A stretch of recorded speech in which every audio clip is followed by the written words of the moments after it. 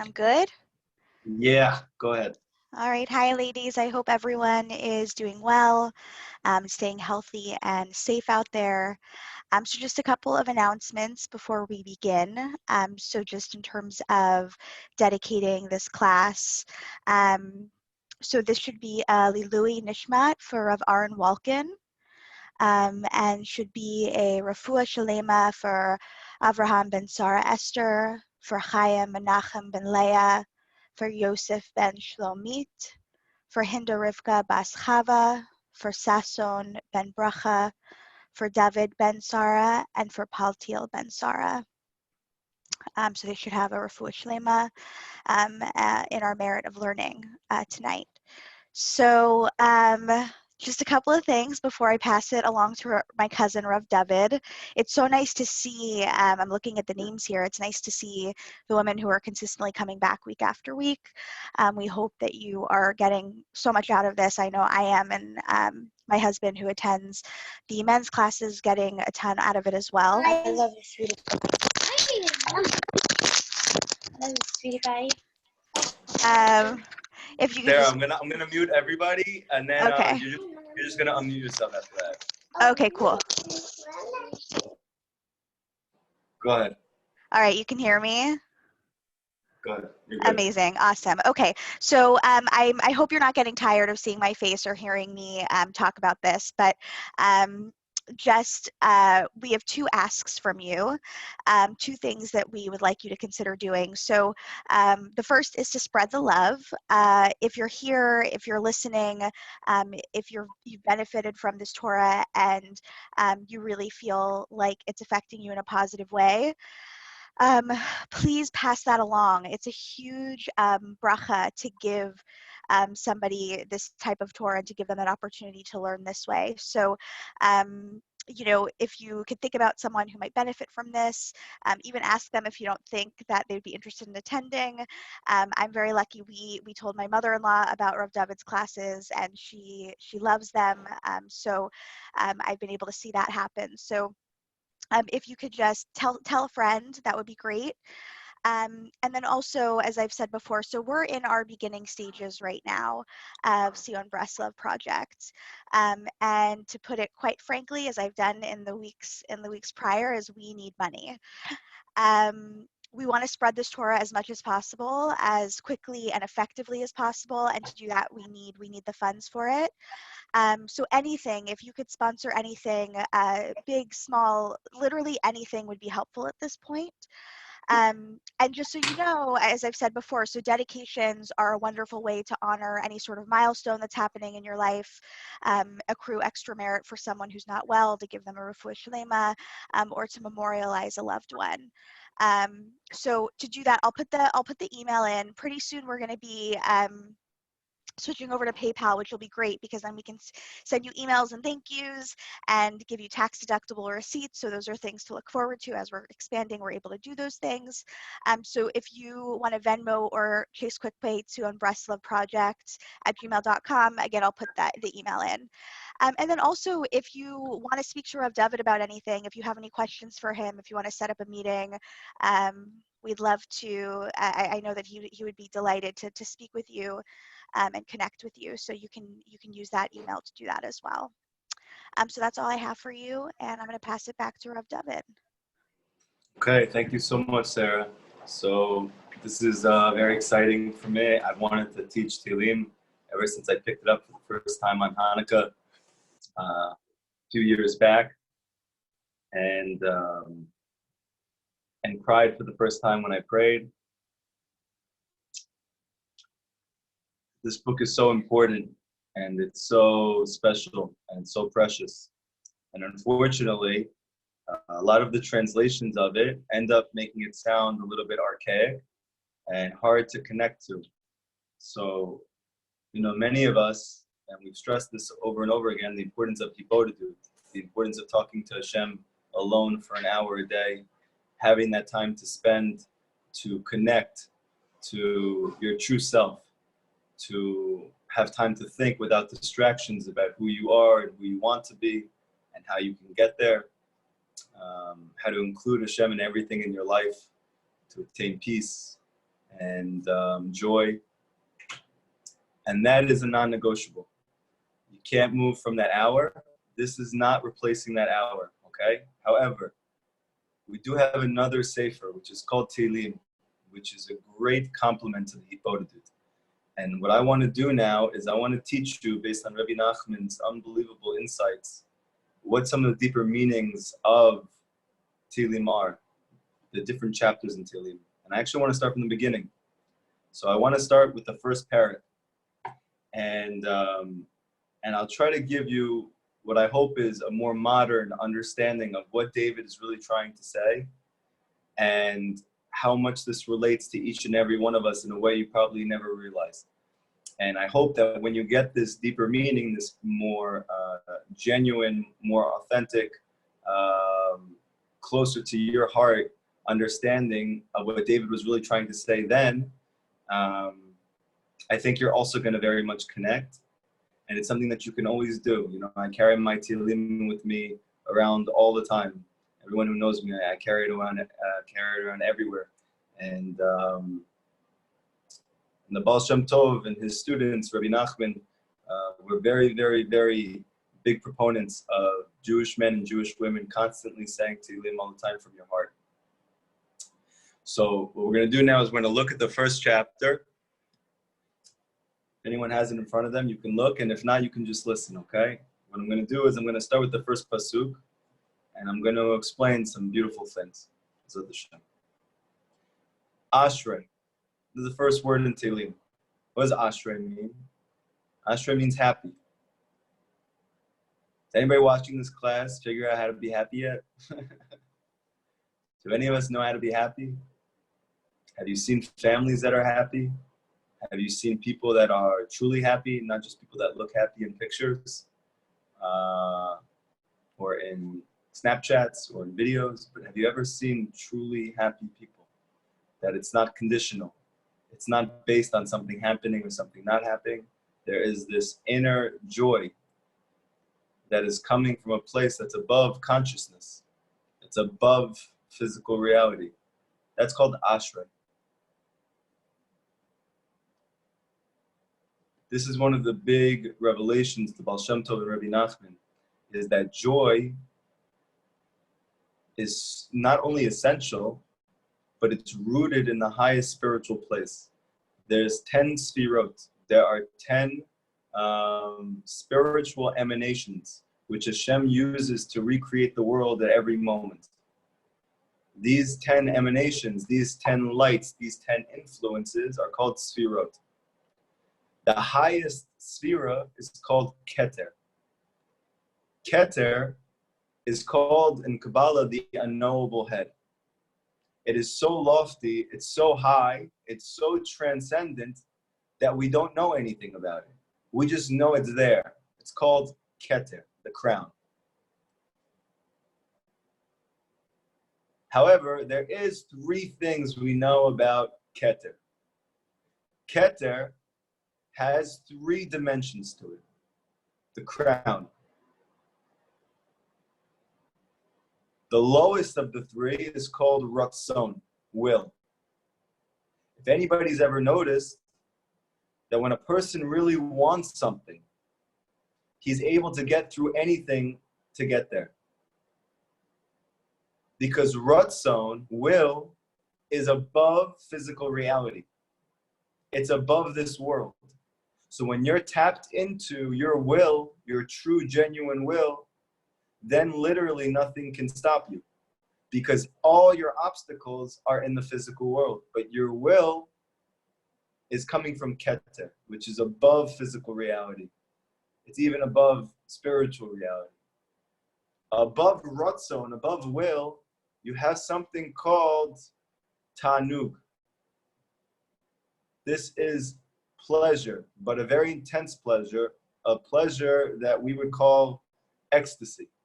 Not the drug, but the feeling of this intense, euphoric level of joy. That's called Tanug. That's the mitzvah we have on Shabbat, that we should have Tanug on Shabbat.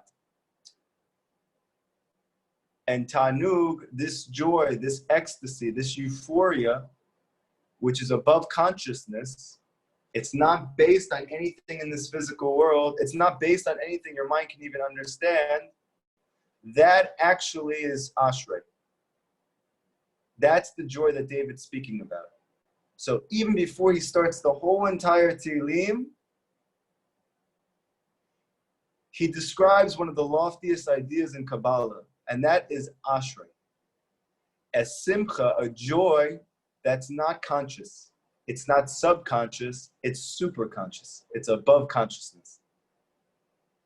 And all of Tehillim is to try and tap you into this thing called Ashrei, this superconscious joy. How does David know about it? How is David tapped in that he can teach you about it? So the answer is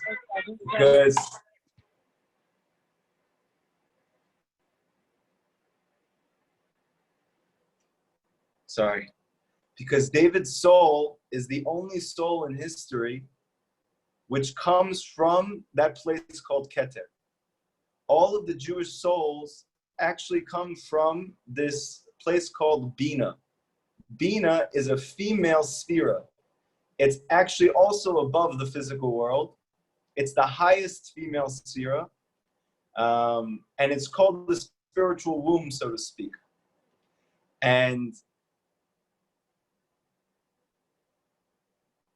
all of our souls come from that place, Bina. However, King David's soul, the soul of Mashiach, is the only soul in history that is actually rooted in this place called Keter. That's not even subconscious. It's not even above the physical world. It's superconscious. And therefore, he is tapped into everything at that level of Keter. What's the highest thing in Keter? We had the lowest is Ratzon, is will. The one above that is Tanug. That is this euphoric pleasure, this joy, Ashrei. And then above that, you have something called Emunah.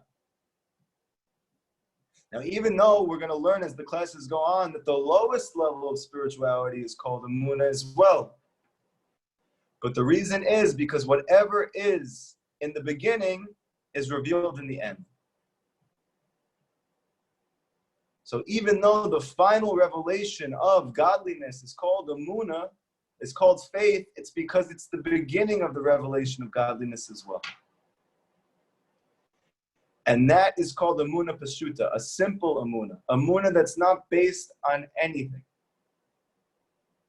When do people experience that level of Emunah?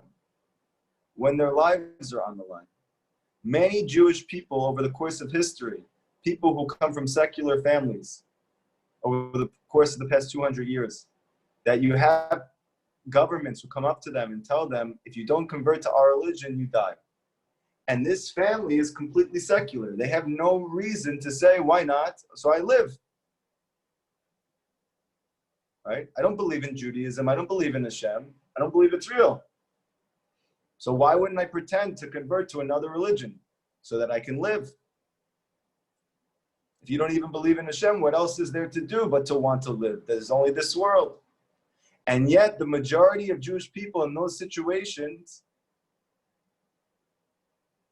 said no. And they died instead. How is that possible? That doesn't make any sense. The reason is, and the truth is, that's right. It doesn't make any sense. It is completely above consciousness. Because when a person is in an aspect of self-sacrifice also doesn't make sense. Because in this world, self is all that matters. But if you sacrifice yourself for something greater than you, so now you're tapped into something that's above this physical world. That's Emunah Peshuta.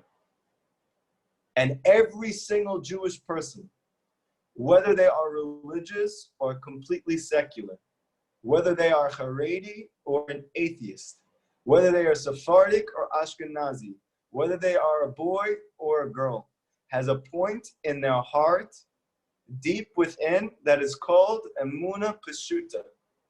And this comes from the Keter of the soul. This comes from the crown of the soul.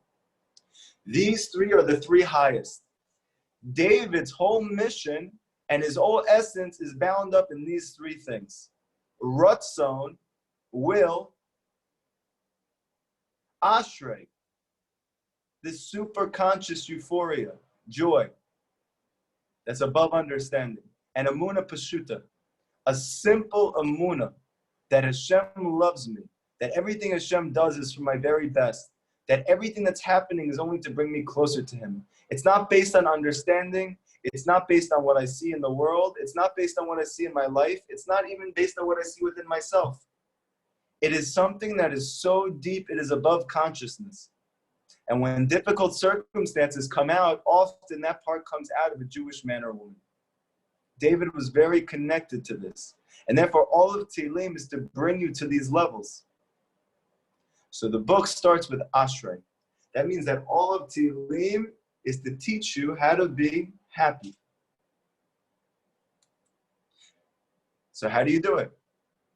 Ha'ish asher lo alach ba'atzat rashayim. First step, that you need to make sure that you are not living with bad advice. This is a chidush nifla. This is something you would never think about. So you're going to say, why am I not happy? I'm going to say, because I'm not married, because I have low self-esteem, because my husband is abusive, chas v'shalom, because my parents never told me they loved me, because my boyfriends broke up with me over and over again, because I never went to college and I don't feel good about my level of intelligence. But everyone has reasons for why they think that they're not happy. The real reason that Jewish people are not happy is only because of bad advice. How do we know that? Rabbi Nachman says this explicitly in the 7th Torah of Likutei Moharan, that the entire exile of the Jewish people, which Rabbi Nachman explains, is called sadness. Ashrei, joy, is redemption, is geula.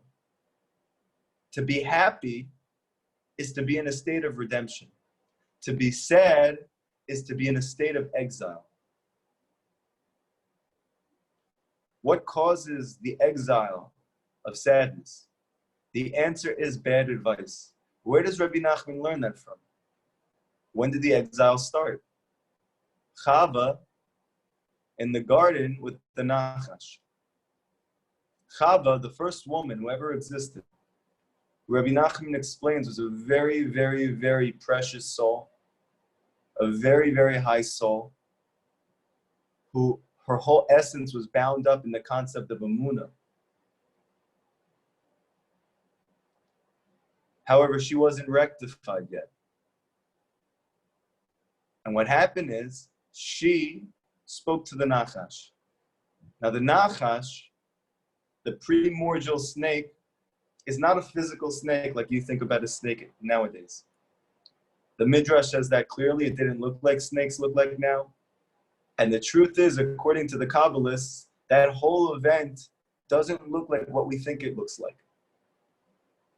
That everybody in the garden was a different type of consciousness. That Adam was the consciousness of truth. And that Chava was the consciousness of this super rational faith. And the snake, the Nachash, is the force in reality which is trying to prevent Adam and Chava from being together, from truth and faith from connecting. So why does the Nachash speak to Chava and not to Adam? Because the Nachash represents lies. He represents sophistication. And Adam represents truth. Lies and truth have no connection. So even though in some ways Chava is even greater because she represents faith, but faith is actually very vulnerable. Chava is very vulnerable because Chava, Amuna, is right above the Sitra Achra. When you have the 10 Sfirot, I explained that in Keter, right, the highest Sfira, you have this concept of Amuna Pashuta. Chava represents the lowest one of Malchut, Amuna. And she is right above the Sitra Achra, all the forces of negativity in the world, who their whole goal is to disconnect you from reality, from truth, from joy. So he does not try and affect Adam. He tries to affect Adam through Chava.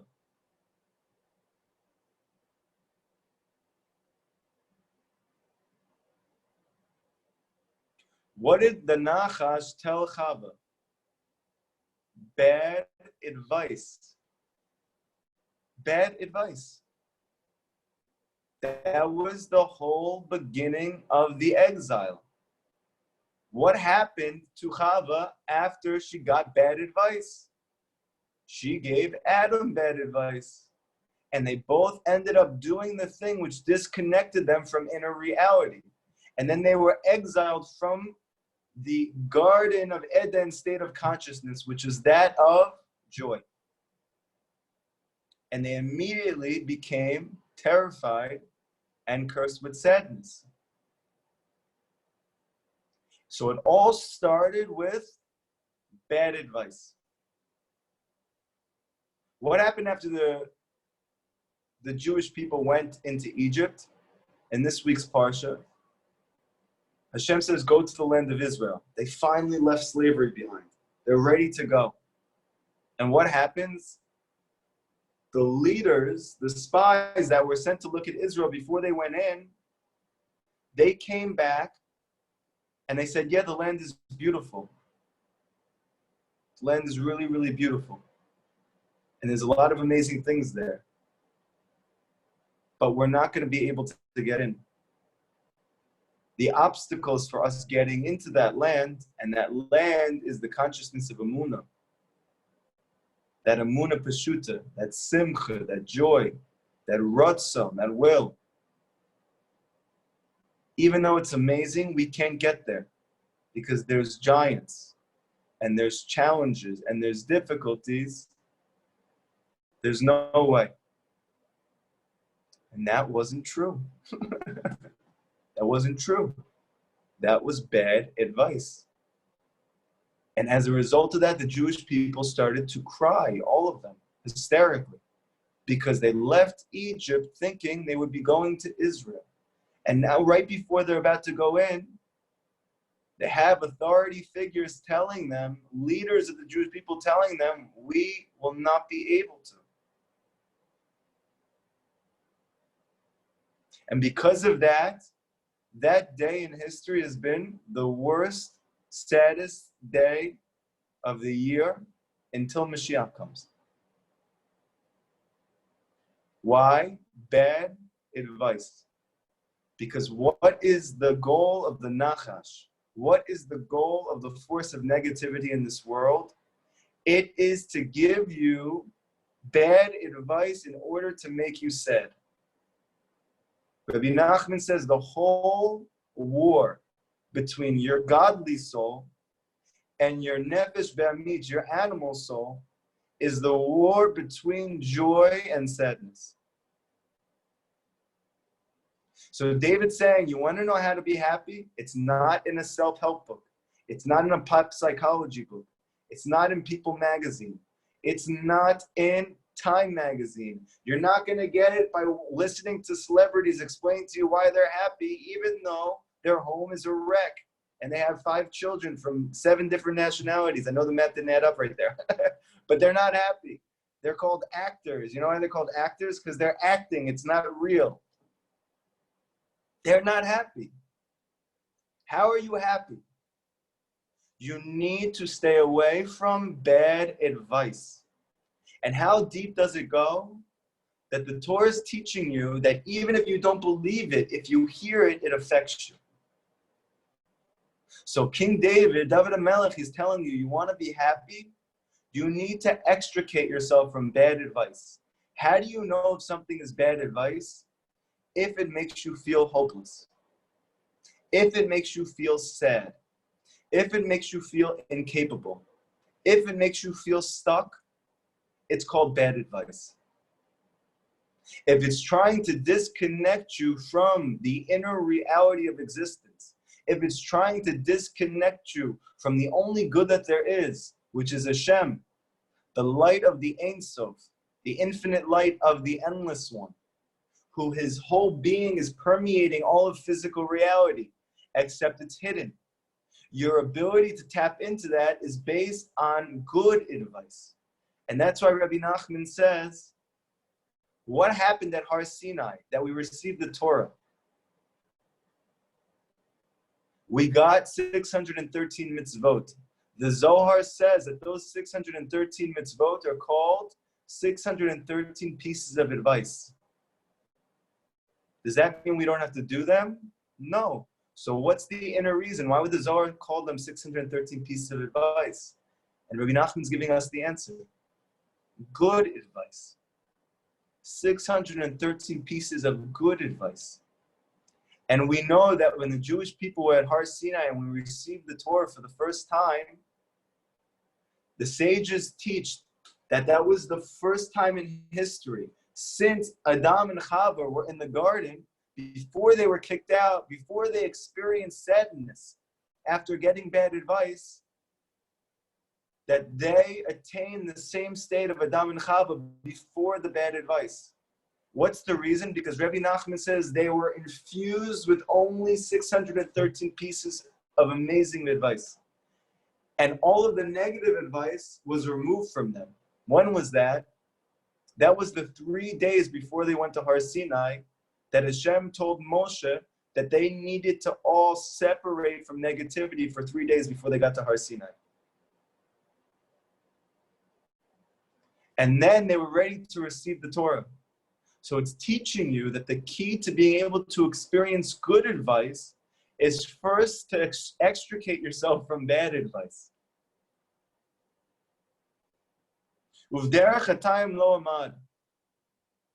And in the path of those people who they're making errors, they're not tapped into the inner reality. They don't know about it. They're not connected to it. Whether these are people who are not religious, and therefore they don't have a connection to an inner spirituality, or even if they dress in black and white, and they themselves are in an exile, except it's more hidden because they look the part. And that way, in some ways, that could be even more dangerous. And David's saying, don't walk in that way either. Moshav leitzim lo yashav. And don't sit with people who think that life is a joke. What happens when you hang out with your friends and they're all blazing and they're all hanging out and they're all drinking, and you come in with your kippah or with your sheitel and you're like, Yashem, and they're like, well, relax, take it easy, all the mitzvah, like the kosher food, oh my gosh, it's craziness, and you're learning all day, and you're praying, put the book down, just relax, take it easy. Are those people happy? Are they truly happy? Are their relationships good? Do they have meaning in their life? No.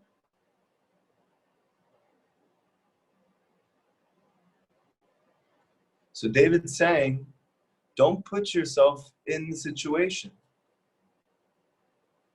because you're not impervious to the influence. It's going to affect you tremendously. Now, this is an unbelievable thing. You'll notice that David just went all the way. He could have just said, don't have bad influences. He says, don't Walk with them. Don't stand with them. Don't sit with them. And David is tapping you into the key to joy.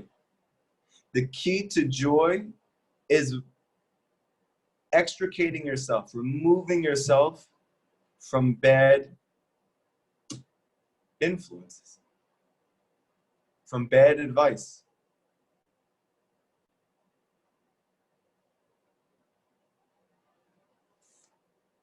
Why? What's going to happen when I remove myself from bad advice? How is that going to help me be happy? Because then my ratzon, my desire, is only going to be to tap into the inner reality of existence, the place of true joy, the place of infinite love, the place of unlimited empathy. Yud Ke Vav Ke, Hashem. His Torah. Torah is a code word for the truth. Not the truth you hear from rabbis who are telling you to do the mitzvot or else chas v'shalom, to do tshuva or X, Y, and Z. The truth of truths. Hashem's truth. Rabbi Nachman says that this pasuk in the Torah, that it says, you'll notice, Ki im b'torat Hashem chetzo, that your desire is Hashem's Torah.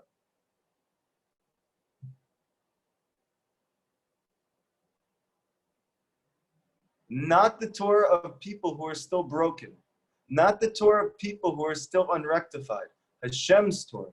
Hashem's Torah is perfect. Hashem's truth makes a person happy. Rabbi Nachman says that if you're connected to truth, the real truth, Hashem's truth, you can only feel simcha. You can only feel joy. If you're not happy based on what you're thinking about, it means that you're not connected to Hashem's truth.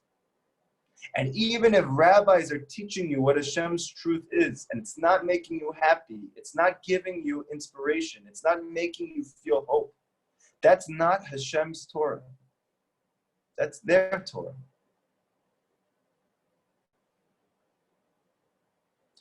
But you cannot desire to be connected to this spiritual inner reality unless you first get rid of bad influences, bad advice. Because as long as you have bad advice, you can't even tap into this part of yourself. You may feel that there's such a thing as I want to be connected to spirituality. I want to be connected to this infinite light. I want to be connected to this inner truth.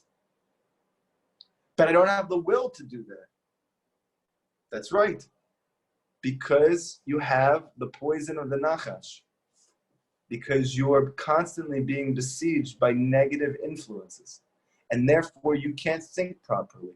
You can't think clearly. You can't feel clearly.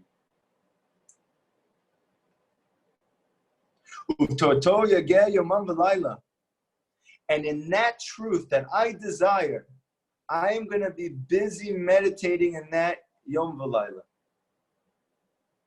Rabbi Nachman says that you should take Hashem's Torah and turn it into tefillah in your hibodedut. Look for Hashem. That's called His truth, His Torah. And whatever you learn, now take that to your hibodedut and ask Hashem to help you experience that thing. That's called meditating in it day and night.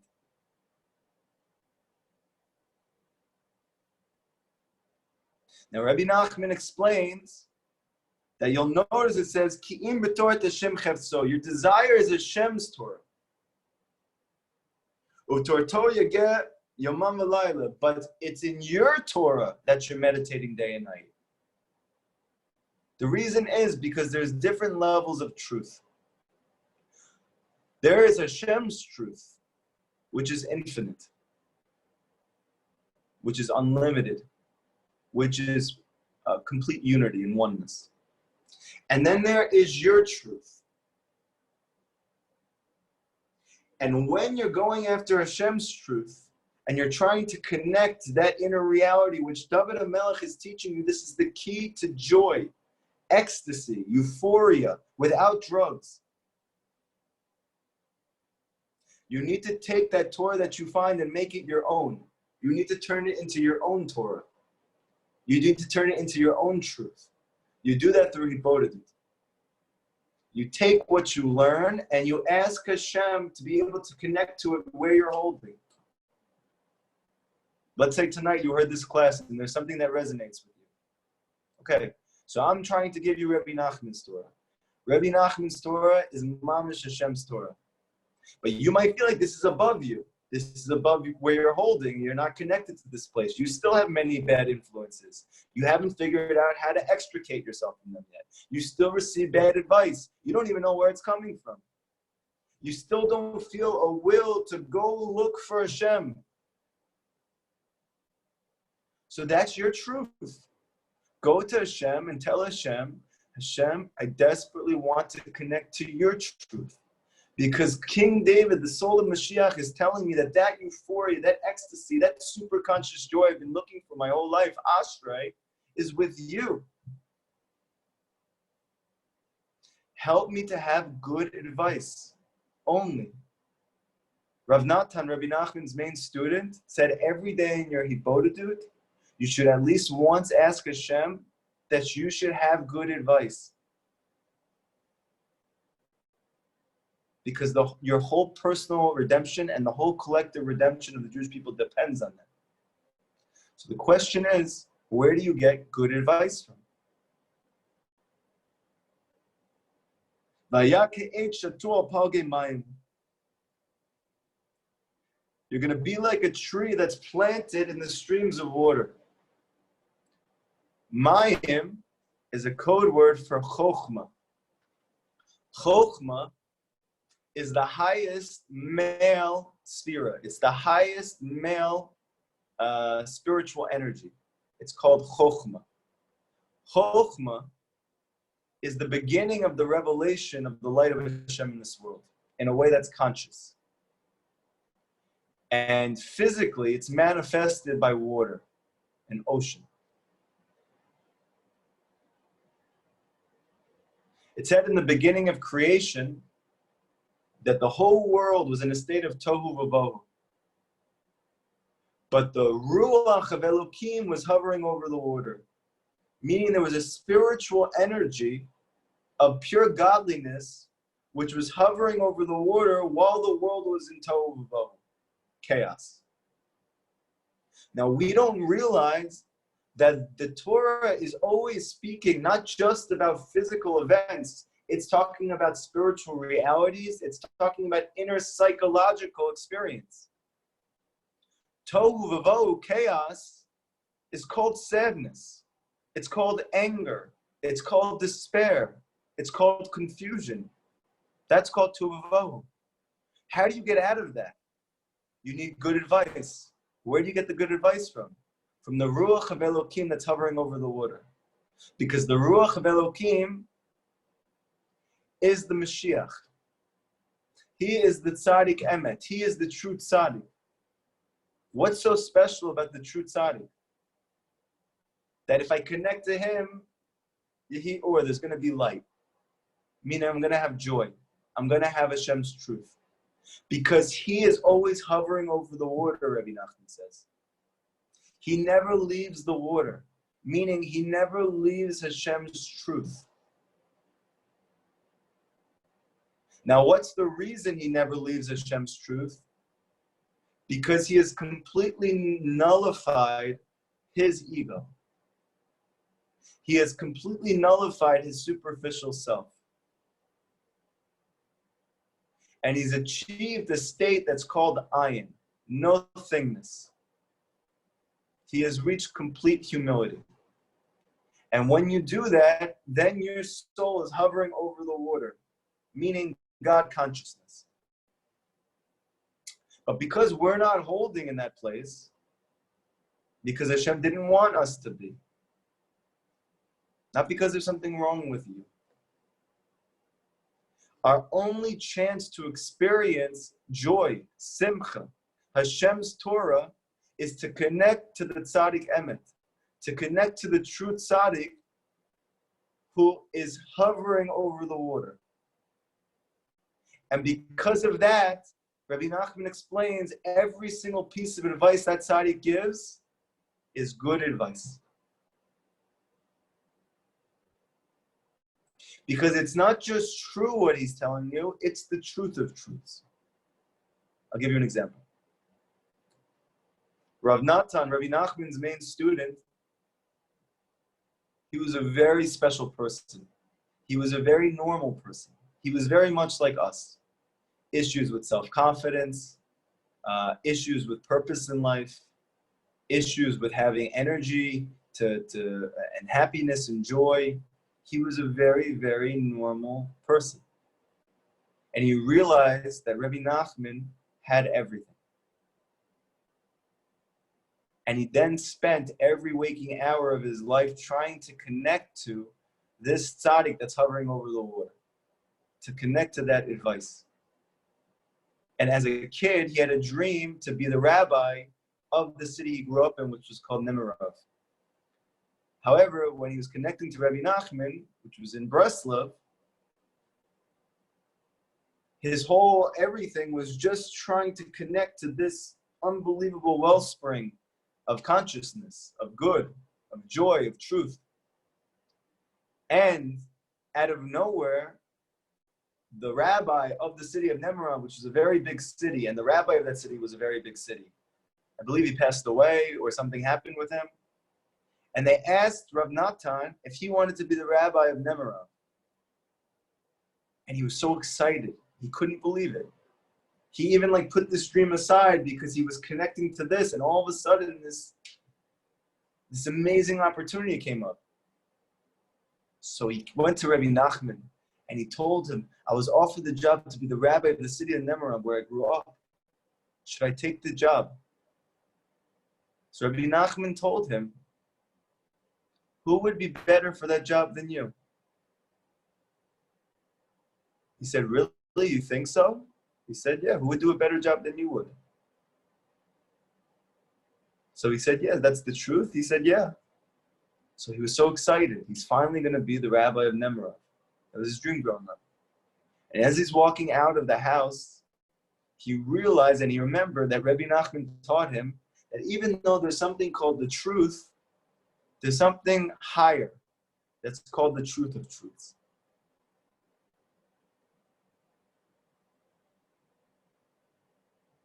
And that the key to joy and the key to connection to the reality of godliness, the key to being tapped into this light which permeates reality is not the truth, but the truth of truths. So he went back to Rabbi Nachman and he said, okay, that's the truth, but is that the truth of truths? He said, no. The truth of truths is you should stay by me.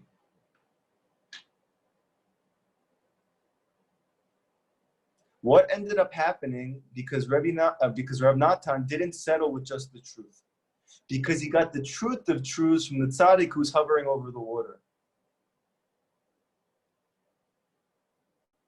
He is the only reason that the entire world knows Rabbi Nachman. There would be no sefer, no book, no literature, no advice, nothing in the world of Rabbi Nachman if it was not for his student Rav Natan.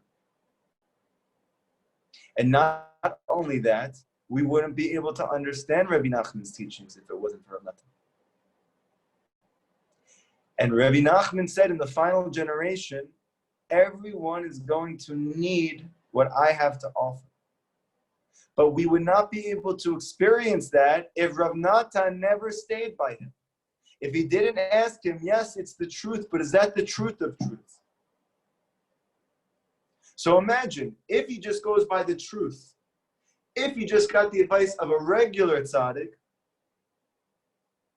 of a normal sage, he would have took the job as the rabbi of Nemirov, and he would have done an amazing job. And it was true. There was nobody better for that city than him. He was the best available. But the truth of truths that Rabbi Nachman understood is that if Rav Natan stayed with him, it would be in Rav Natan's merit that the whole redemption of the Jewish people takes place at the end of time. It's a big difference. How do you connect to the truth of truths? Only by connecting to the tzaddik emet whose soul is hovering over the water constantly. That is what it means when David's saying that the tree which is planted over the water. And then asher piryo yitan beito.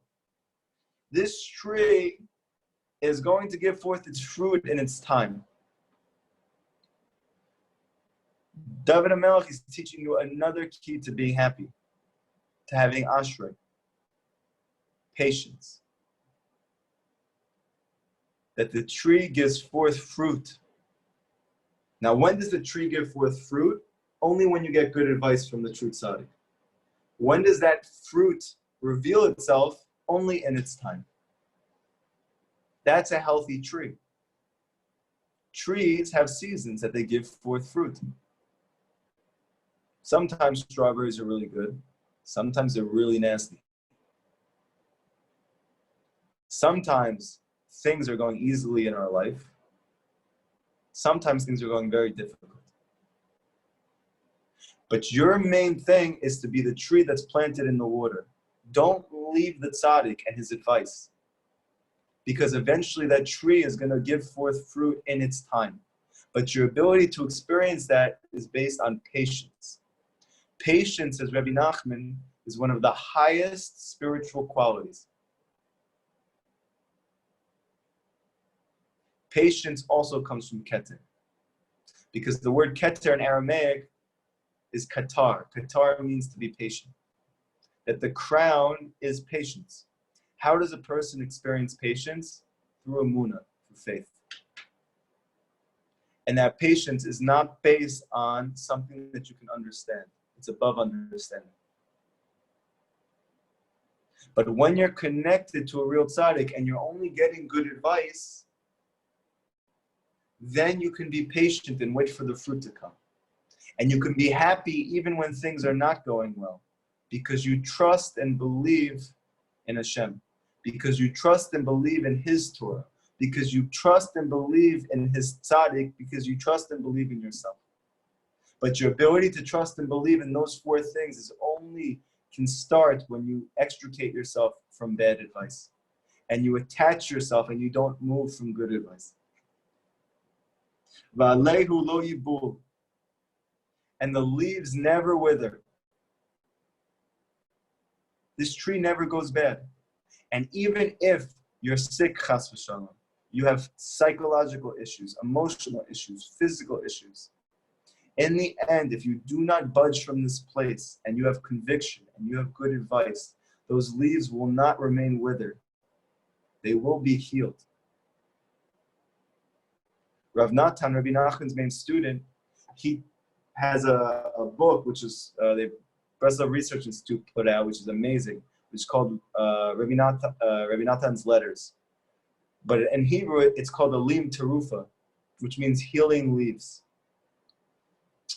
And everything in that book is him just trying to strengthen you to stay away from negative advice and to remain attached to good advice and to follow through with it no matter what and not to give up on it. Because in the end, you're going to see fruit. It's literally this first Tehillim. And those leaves, no matter how much they broke, no matter how withered they were, in the end, they will be moist.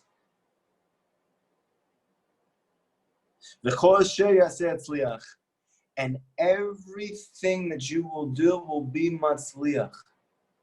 Everything you do will be successful. The whole, everything. Lo ken harashayim. This is not like people that are disconnected from Hashem. This is not like people that have no inner attachment to spiritual reality. Ki im kamot asher tifenu ruach. Because their success, while it is apparent and it is quick, it goes away immediately. Rav Natan explains, when do you know if something's true?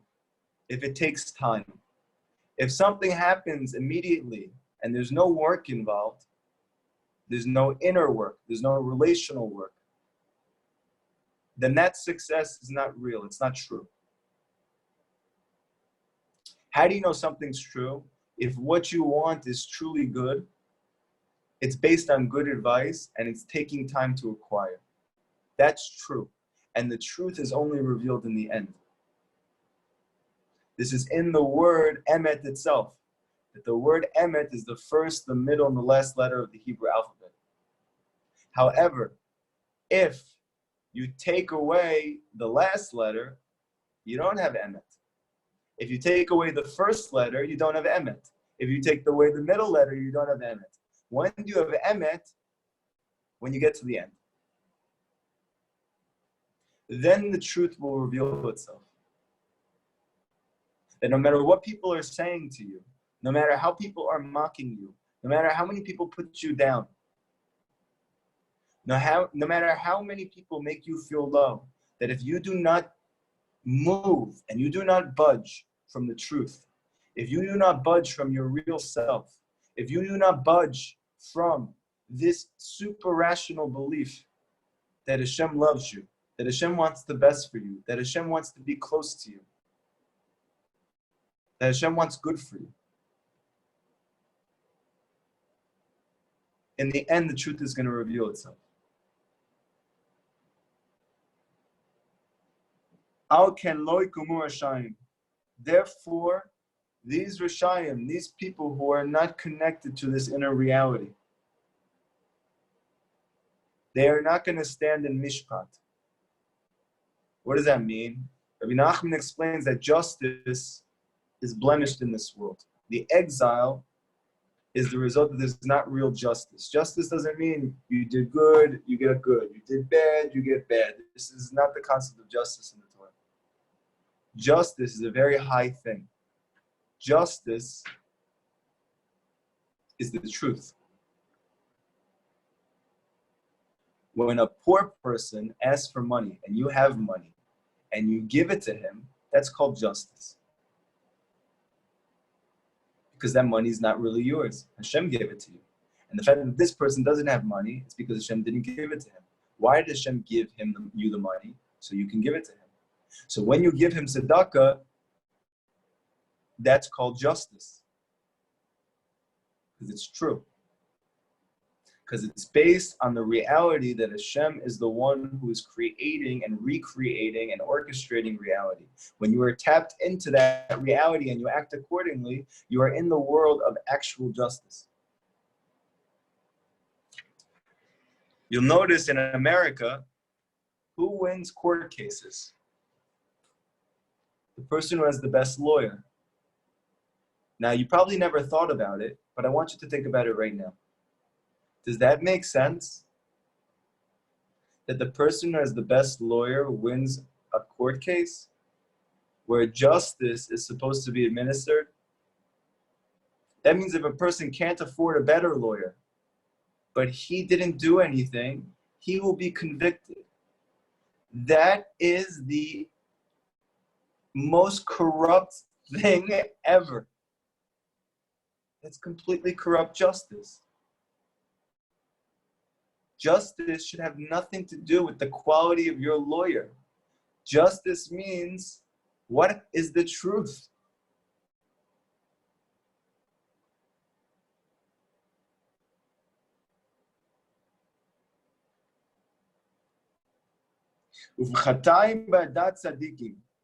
And these people who are erring, they can't stand in the same place with the tzaddikim. Why? There's a pasuk that says that the tzaddikim, they are walking in it, but Rashayim, those who are disconnected from inner reality, they are stumbling in it. So the simple understanding seemingly is that they're going in two different ways. The tzaddikim are going in one way, and the Rashayim are going in another way. But the Torah teaches they're going in the same way. They're both trying to attain the same thing. Except the tzaddik is walking in it, and the Rashayim is suffering from it. Because the light of the Ein Sof, the light of Hashem is everywhere. For a person who is connected to Hashem, that light gives him energy. It gives him life force. It gives him joy. It gives him meaning. For a person who's not connected to that inner reality, it causes him tremendous upheaval, inner chaos,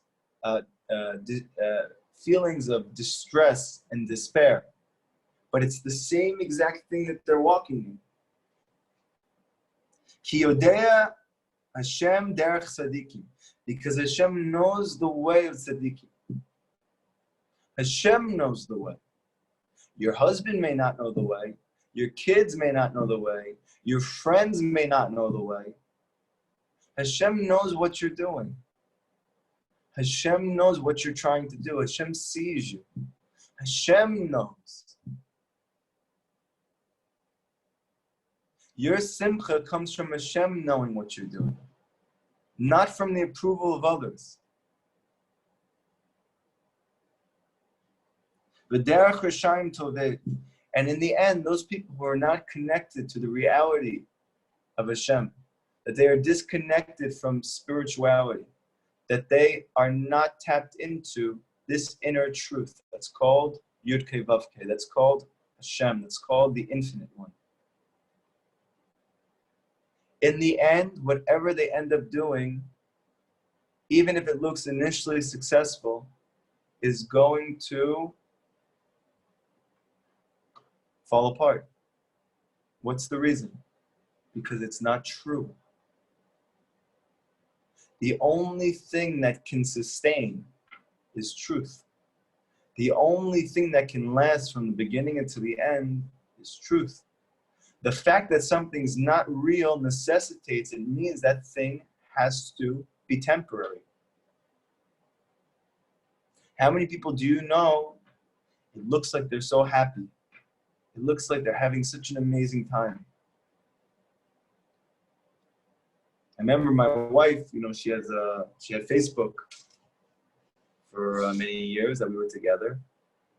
She was seeing pictures of all these couples, and they all look so happy.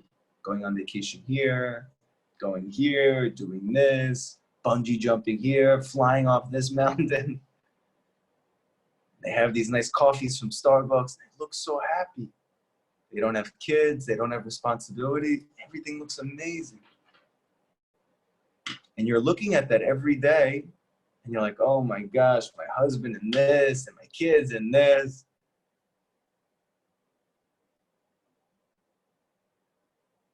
I want to be happy like that. And all of a sudden, out of nowhere, you find out, got divorced. But they look so happy. So why a few years later are they getting divorced? Because the joy is not based on truth. And the joy that's not based on truth is not even real joy.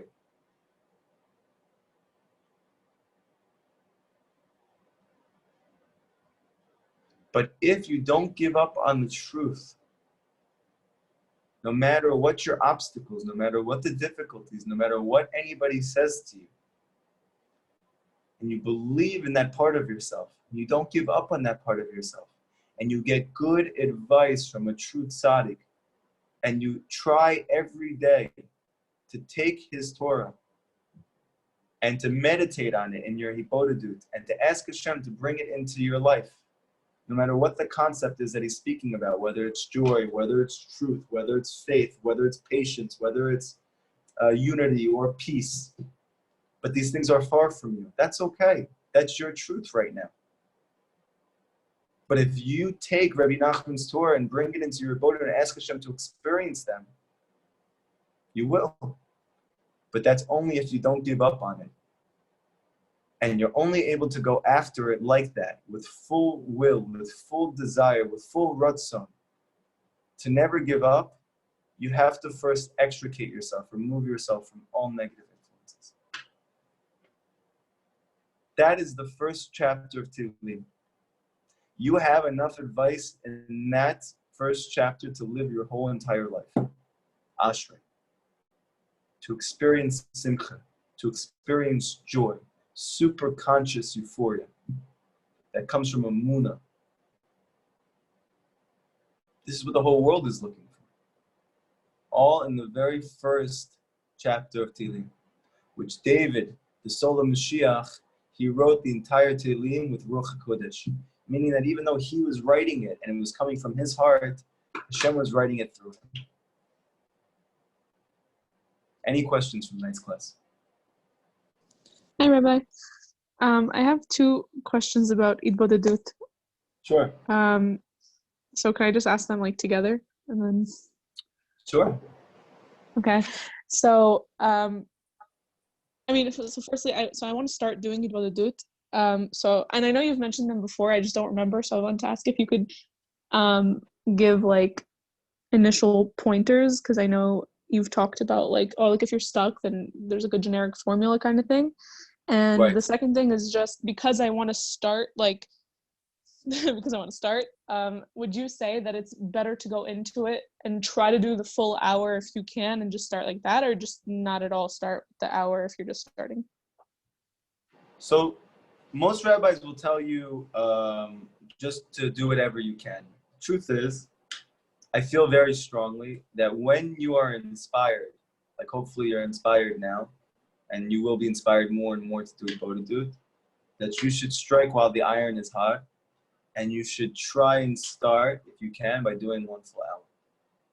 I've seen the other way, that you tell people just do whatever you can, 5 minutes, 10 minutes, 15 minutes, and some of those people end up doing that for 7 or 10 years or 15 years before something happens in their life, and then it has to go to an hour.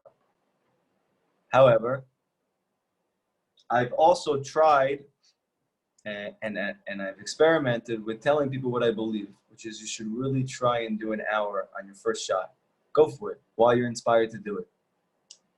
And those people have been able to maintain that hour because they know they could do it. Before you do an hour, it just seems like a gigantic weight. Like this is something I could never do. It's just a source of anxiety. I can never talk to an hour. How can I talk for an hour? What am I going to talk for an hour about? However, when you do it, you're like, oh, I can do it. And just knowing that you can do it gives you the confidence to keep doing it.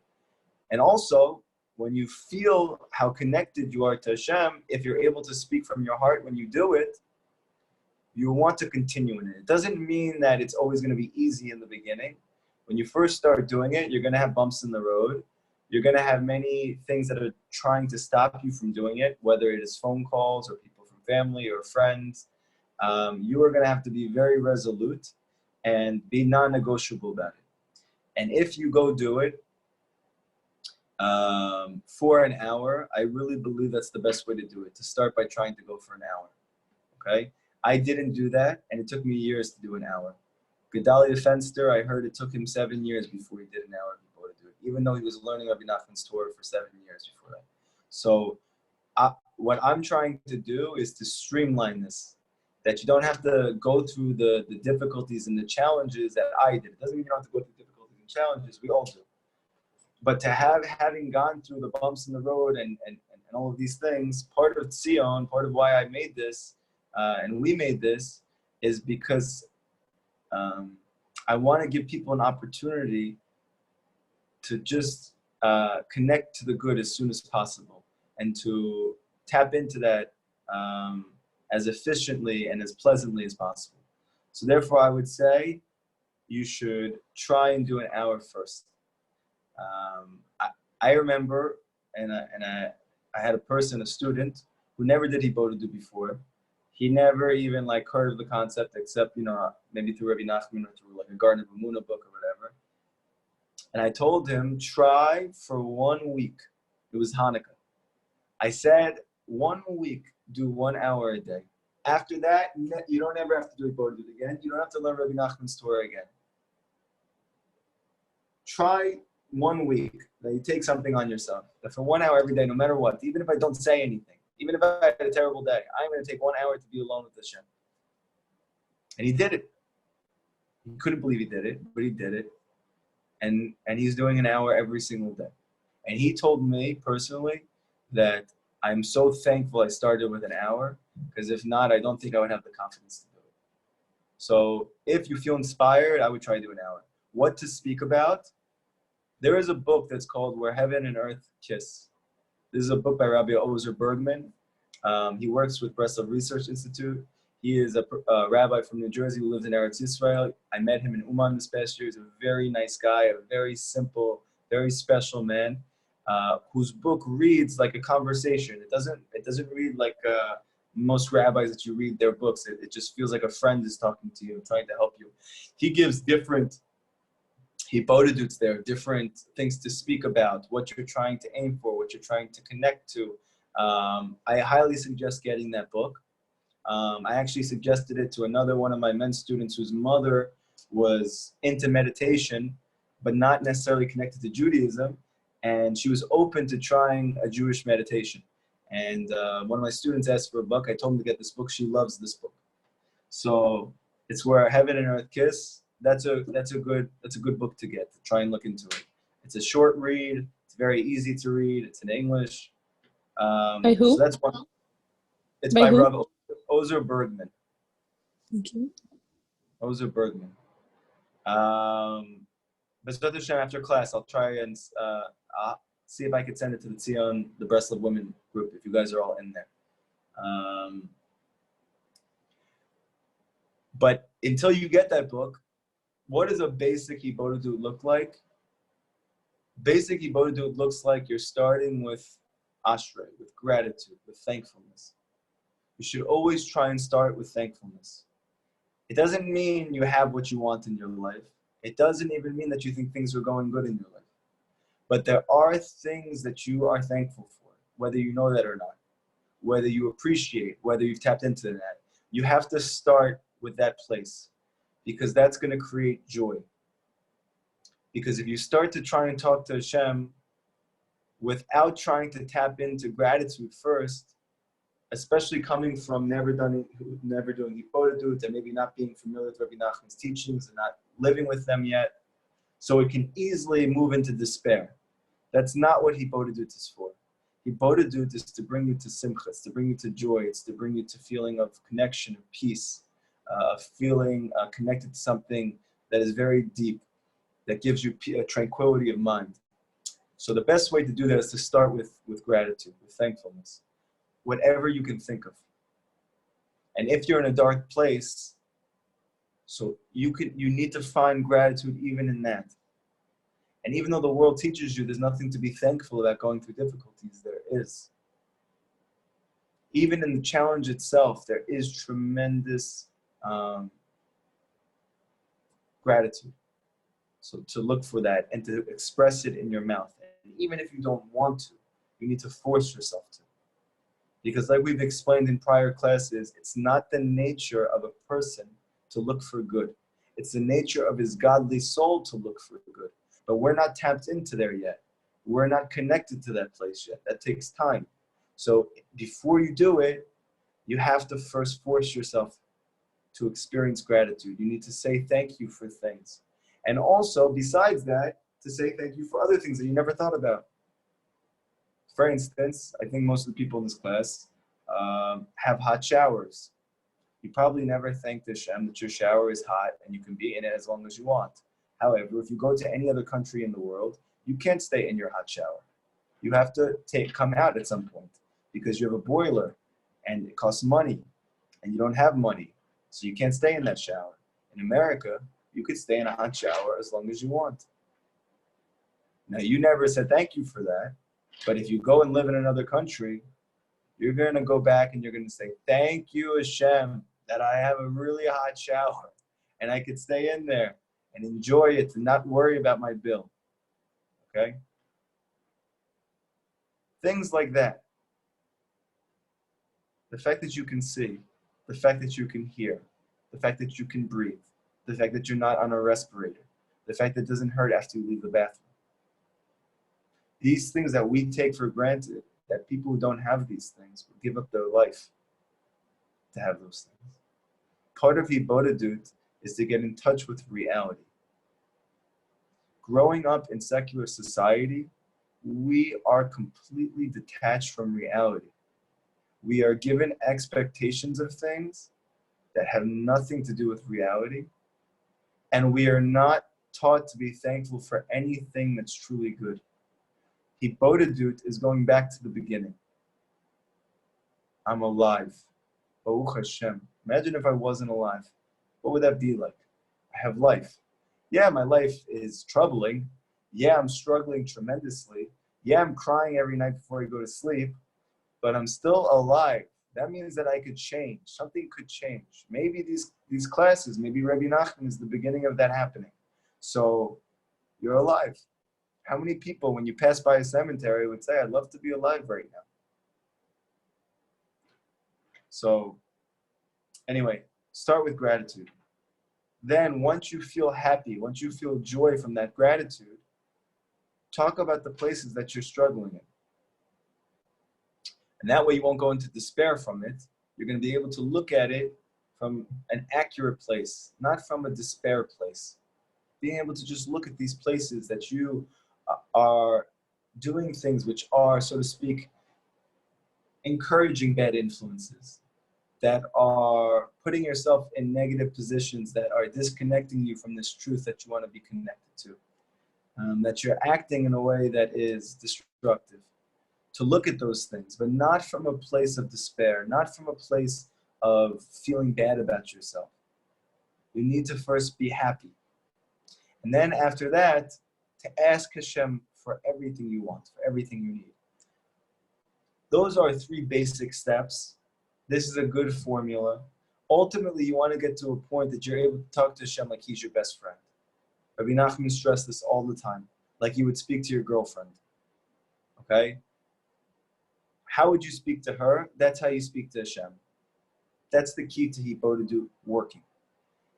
However, often because of where we're coming from and the darkness that we come from and the lack of good influences that we grew up with and the brokenness, those conversations are often coming from despair.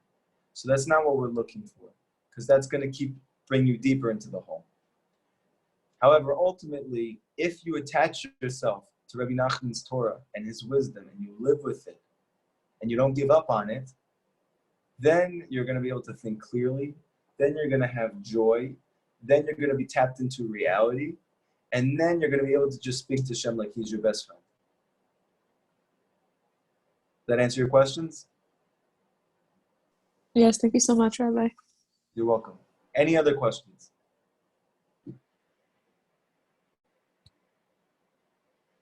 I'm looking at the bottom. I just want to make sure. Okay. Yeah, any other questions? Also, a good piece of advice. Besides talking to Hashem like he's your best friend, Rabbi Nachman always said, turn my Torah into tefillah.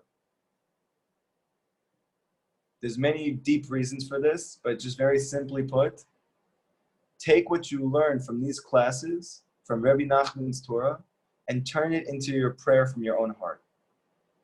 That prayer could look like, Hashem, help me to stay away from negative influences. Maybe I don't even know that I have negative influences, but it's stopping me from being happy apparently. So I want to be happy. Help me to stay away from negative influences. And apparently the key to being happy is that I only have good advice. Hashem, help me to always have good advice. That's called turning Torah into tefillah. Rabbi Nachman says you should do this in every Hibodedut. Every single time you talk to Hashem. Because once you're connected to what Rabbi Nachman is trying to give over to you,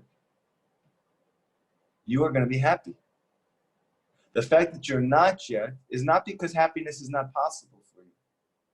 It's because you're not yet connected to Hashem's Torah. Your Torah is not Hashem's Torah yet. That's okay. So pray to Hashem to be able to tap into that place. There is a question on the bottom.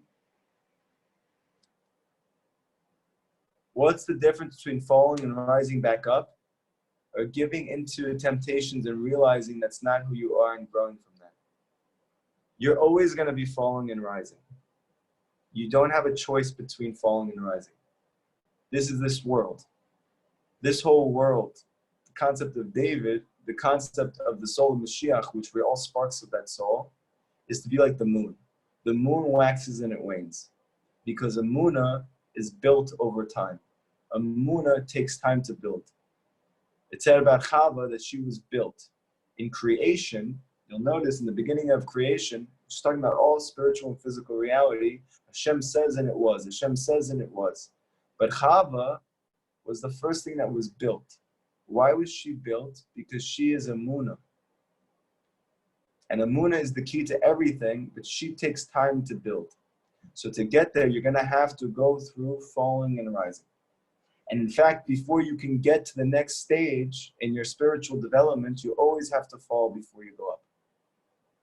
Rabbi Nachman's students always used to come to him and say, I'm struggling with this, and I fell here, and I thought I had it here, and then I went back to it, and they're like, oh my gosh, what's wrong with me? I thought I had it, and it obviously wasn't. And Rabbi Nachman used to rebuke them. What's wrong with you? What are you talking about? You're struggling because you're doing a good job. You're about to get to the next level. That's why you fell. That's why it's so important to be attached to a real tzaddik. Because if not, what's going to happen is you're going to go into despair. You're not going to realize your falling is for the sake of rising. The Baal Shem Tov teaches, Rabbi Nachman teaches, every fall is for the sake of rising. Contingent on the fact that you're looking for the truth. If you're looking for the truth and you want it, then every fall is for the sake of rising. And so that's one thing. Now, in terms of, what was the other thing here? Giving into temptations and realizing that's not who you are, that's part of that process.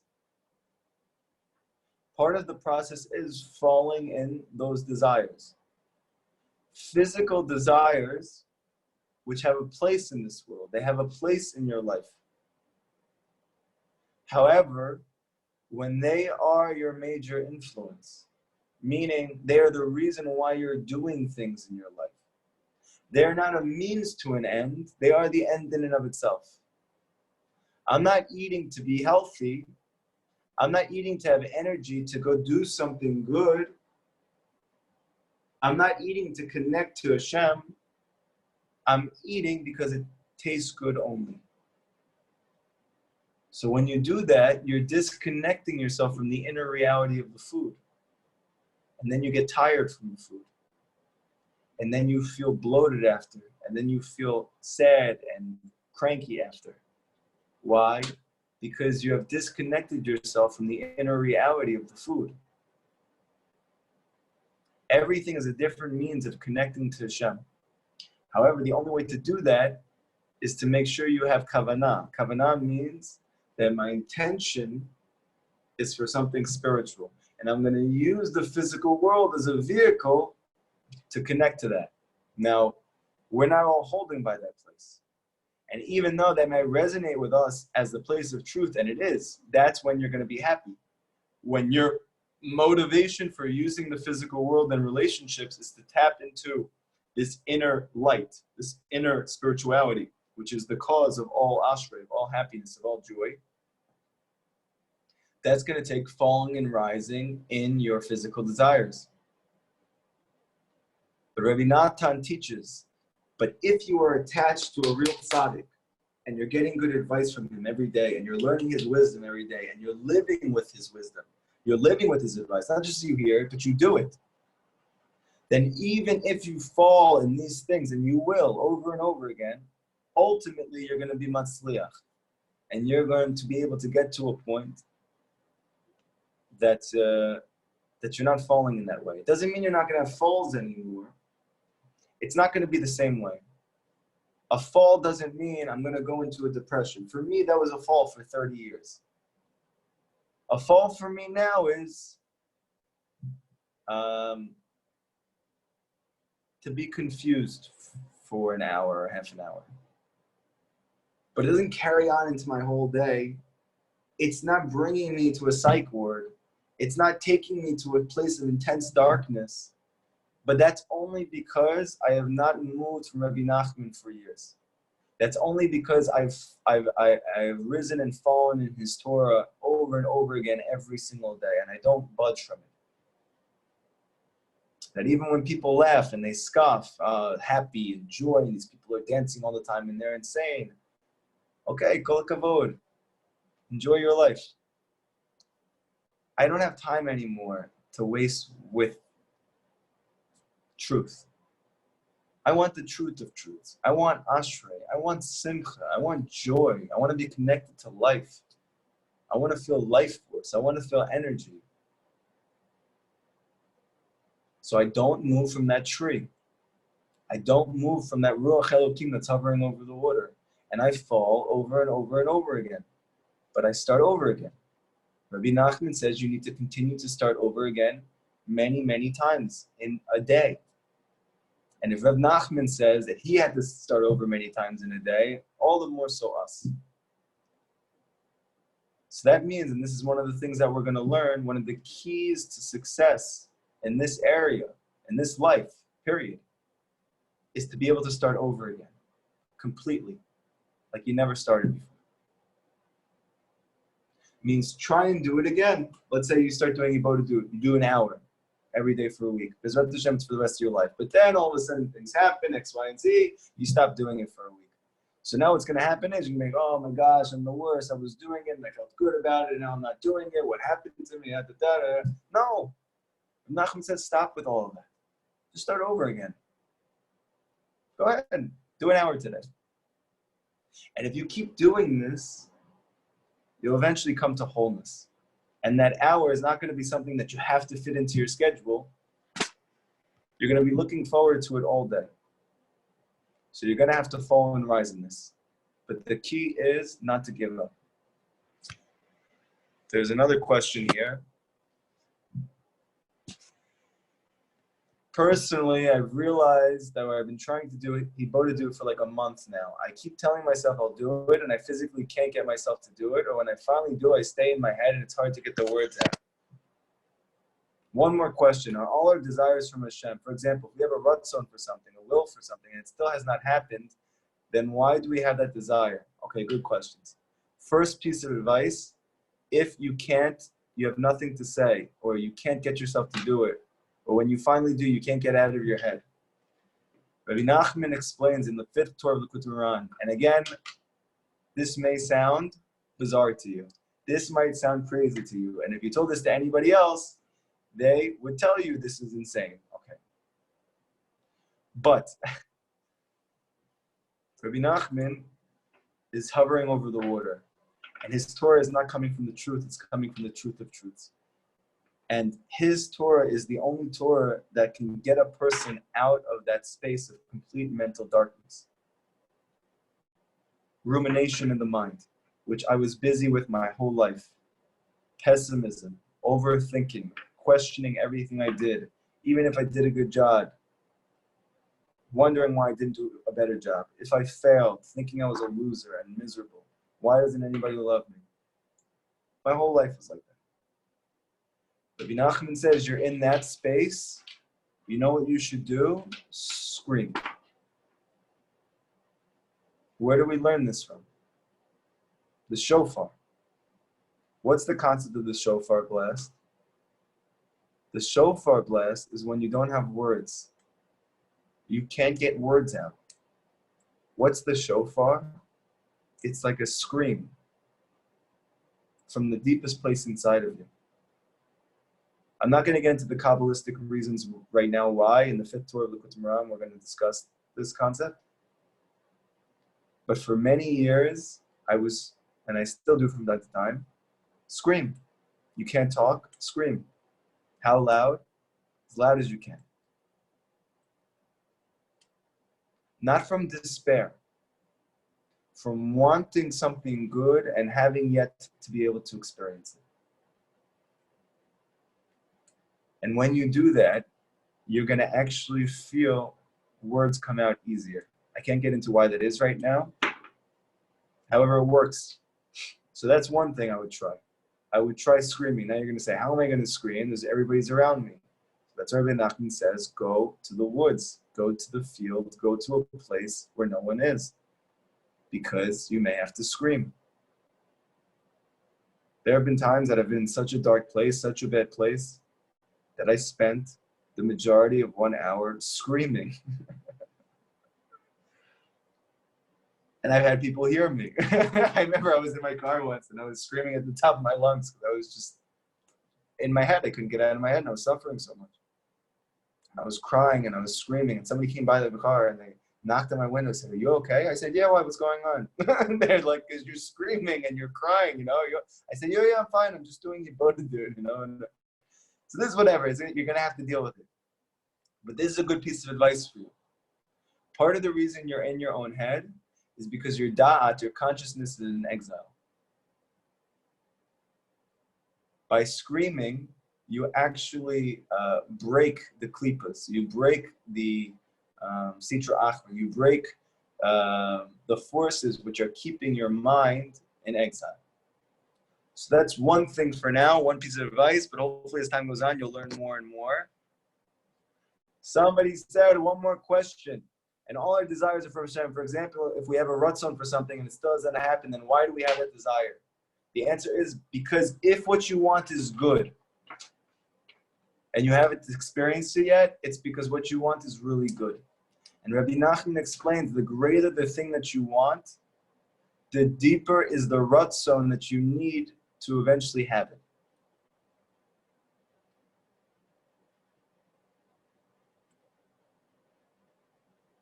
That's contingent on the fact that what you want is good. If what you want is not good, meaning it's not coming from a place of truth, it's not coming from a place of spirituality, it's not coming from the Torah, so that's not called a good ratzon. But let's say you want something that the Torah speaks about. Let's say you want this type of ashrei, this type of euphoric simcha that's constant. So that's a good ratzon. That's a good thing to want. Why haven't you had it yet? Because it's the highest thing. So Rabbi Nachman says, when are you going to have it? When your ratzon is as great, when your will is as great as the thing that you want. Where do we learn this from? The first Jewish woman, Sarah Menu. Sarah wanted to have children her whole life. She couldn't have children. Why couldn't she have children? She was literally born into this world to create the Jewish people. That was her whole soul mission in life. And her whole life, the one thing she could do was have a child. Why would Hashem do that? Because what she wanted and she didn't realize was Yitzchak. The holiest soul that ever lived to that point. Who was going to be the father of Yaakov Avinu, who would be the father of the Jewish people. Yitzchak, in some ways, was the purest soul that ever lived.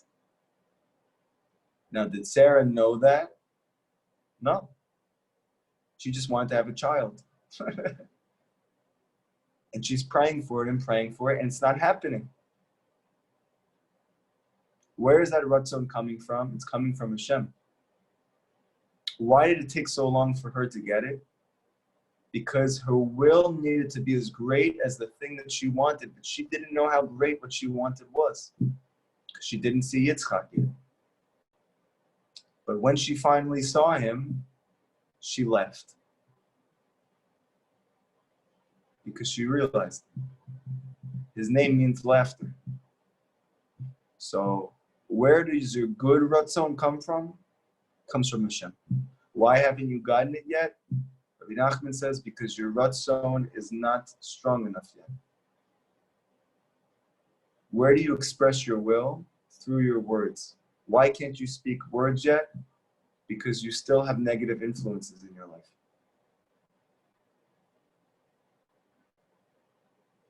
This is going to take time for us to understand what all these things mean.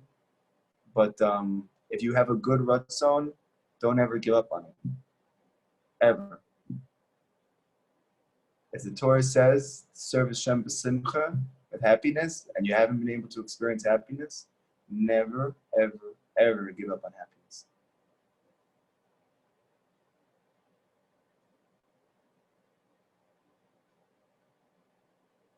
Never. The Torah says it's a good thing to have a child. You haven't been able to have a child. Never, ever give up on it. Never.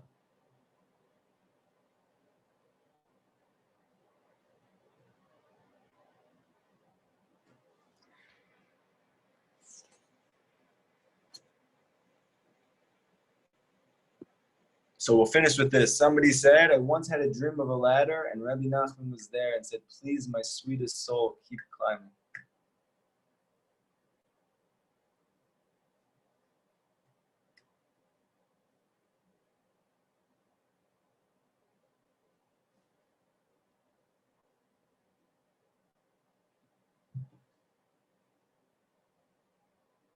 There you go.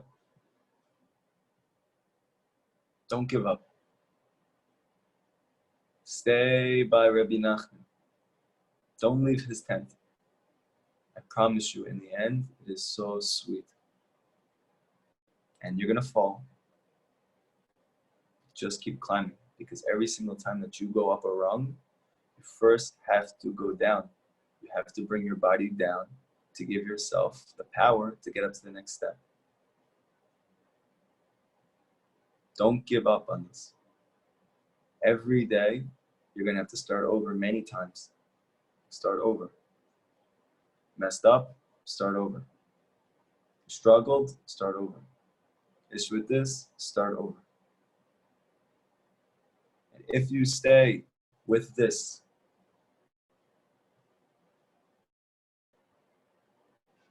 and you're busy with it every day, you're learning it, and you're applying it, and you're doing the best that you can, and you're asking Hashem from your heart to be able to experience the things that Rabbi Nachman says is possible for you, you ultimately will climb that ladder, and you'll see how everything in your life was for the very best.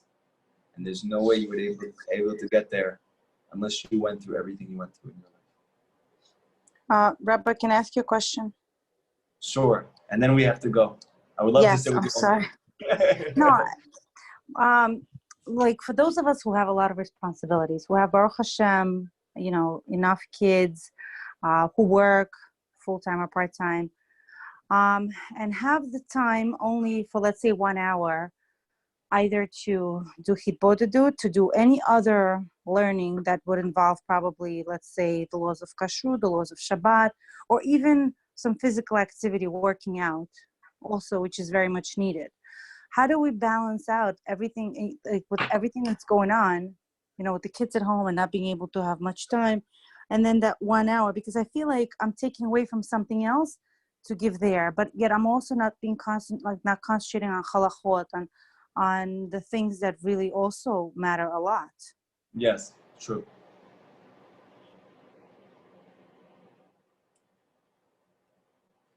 It says in the Torah, in the Gemara, in Yoma, that the Torah can either be a spice of life or a spice of death. Meaning that the same Torah, which can be life-giving and beautiful for you, can also cause tremendous issues in your life. So how do you make sure the Torah is a Torah of a life? When you have emunah. When you have emunah. Where does emunah come from? Rabbi Nachman says from speaking to Hashem. The more you speak to him, the more emunah you're going to have. It's like building a home. If you build a home and you try and build all of the walls and the rooms and the roof and the attic and the chambers and all this, but there is no floor, then the whole house is going to collapse. So it's taught in Chassidut, what is the floor? What is the foundation of the home? Emunah. You're going to have many people telling you different things. You have to learn this, you have to learn that. It's all true. But your ability to have the joy and the life force necessary to continue to do that, to have the time to do that, to have the will to do that, despite all your obligations, is first to experience emunah and happiness. If you don't have emunah and joy, you're not going to be able to learn halachot in a way that sustains. You're not going to be able to be there for your husband and your kids. You're not going to be able to have the energy to do the other things you need to do in your life when you're not with them. So and this is part of having good advice, okay? This is part of being attached to a real tzaddik. And not engaging in other advice, because what's going to happen is it's just going to confuse you. Okay? If you want to see the good of the Torah, you need to have emunah. Because if you don't have emunah, then the Torah itself becomes a spice of death. It's too big of a weight to hold. But when you have emunah, when you have faith, true faith, and the life force that comes from that faith, and the joy that comes from that faith, you're going to have the energy to be with your kids, to be with your husband, to work out, to learn, to do all the things you need to do to to achieve everything you want in your life. But if you start without emunah, you're going to lose all of it. So my best suggestion is you only have 1 hour, do hipotadut. But in that hour that you're doing hipotadut, ask Hashem to give you the energy and the strength and the time to also learn halachot, to also have time to work out, to also have time to do all these things. Because Hashem runs the whole friggin' world. And the whole reason you're going to do hipotadut is because Hashem runs your life. And you may not realize that, or you may know that, but you don't know that in your heart. But it's true. And if Hashem wants, you're going to have time to do all of those things. You're going to have energy to do all of those things. But if you don't have emunah, you won't have time or energy or strength to do any of those things. And even if you do them, they're going to make you sad or overwhelmed. I hear. Thank you so much. You're welcome. Everybody have an amazing night. Have an amazing Shabbat. We're going to meet Sunday night, Bezrat Hashem, in the men's women class. Please tell your friends, your family members. Let's spread the light. Rabbi Nachman says that the more that you give it, the more you become a vessel for receiving it. So let's try to give this to everybody else as well. And Bezrat Hashem, we should see the Mashiach personally and collectively, the Beit HaMikdash being rebuilt. And we should all, Bezrat Hashem, be in Eretz Yisrael together with joy, with simcha, with ashrei, and connected to the source of all reality. Thank you guys so much. Thank you.